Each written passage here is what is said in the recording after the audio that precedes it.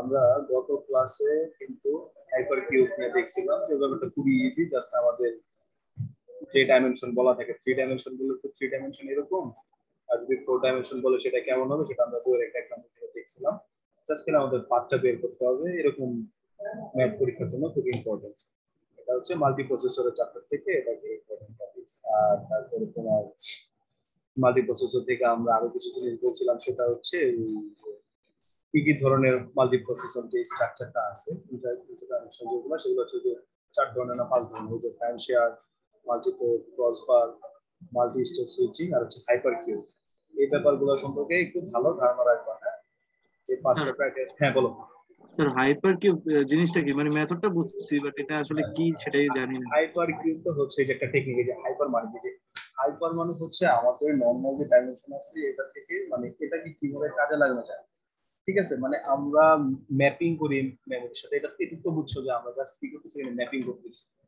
জি sir, এটা বুঝছি। Just অ্যাড্রেসের সাথে ম্যাপিং করতেছি, আমরা সিকিউর থেকে যে ইনস্ট্রাকশনটা আসবে সেটা জাস্ট ম্যাপিং করা। ঠিক আছে, আর কিছু না। এখন হাইপার কিউব নাম দিছে, এটা এখন হাইপার এটার সাথে নাম কেন দিছে সেটা আমার একটু জানা নাই, হাইপার কেন অ্যাড করবো। বাট ব্যাপারটা কিউব যেহেতু এখানে ডাইমেনশনের ব্যাপার আছে, এই জন্য এখানে তোমার কিউবের ব্যাপারটা লাগছে। আর এটা ছিল তোমার হাইপার কিউব নিয়ে কথা। মানে এটা ডিটেইলস তোমার আসলে নামের সাথে তার কতখানি মিল এটা আমি আসলে ডিটেইলস দেখা জানি না, হাইপার কিউবই কেন বলবো জিনিসটা। ঠিক আছে, আমি যদি জানতে পারি নেক্সট টাইম কখনো যদি পারি জানাই দেবো তোমাদেরকে। তোমরা তো পরীক্ষার আগে এটাই মেবি আজকে লাস্ট ক্লাস, আর যদি তোমরা আরো একটা ক্লাস করতে চাও তাহলে তো করে, কিন্তু কারণ আজকে তো 16 তারিখ, 18 তারিখে তোমাদের পরীক্ষা। আজকে মোটামুটি যা বলবো এগুলা তোমরা এতদিন দেখছো। হাইপার কিউব কি এখন এই জিনিসটা যদি বুঝতে পারো তাইলেই হবে, নামের সাথে পরে সম্পর্ক বুঝবে না। আচ্ছা যাই হোক, তো এই ব্যাপারগুলা একটু তোমরা দেখবা।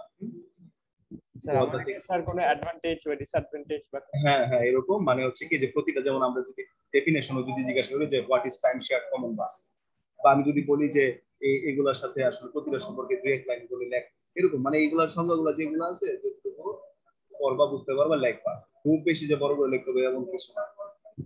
বুঝতে পারছো? এখান থেকে এরকম একটা ব্যাপার গেল। তারপরে আমরা যেমন তোমার দেখছিলাম যে ক্যাশ মেমোরি, ক্যাশ মেমোরি থেকে আমরা কি কি পড়ছিলাম, এই অ্যাসোসিয়েটিভ ম্যাপিং, ডিরেক্ট ম্যাপিং, এই টুকটাক জিনিস এগুলো পড়বা। ঠিক আছে, এখান থেকে যেটা বললাম 3 ধরনের ক্রাইটেরিয়া পড়বা, ওইটার মতো আগে যেরকম বলছি।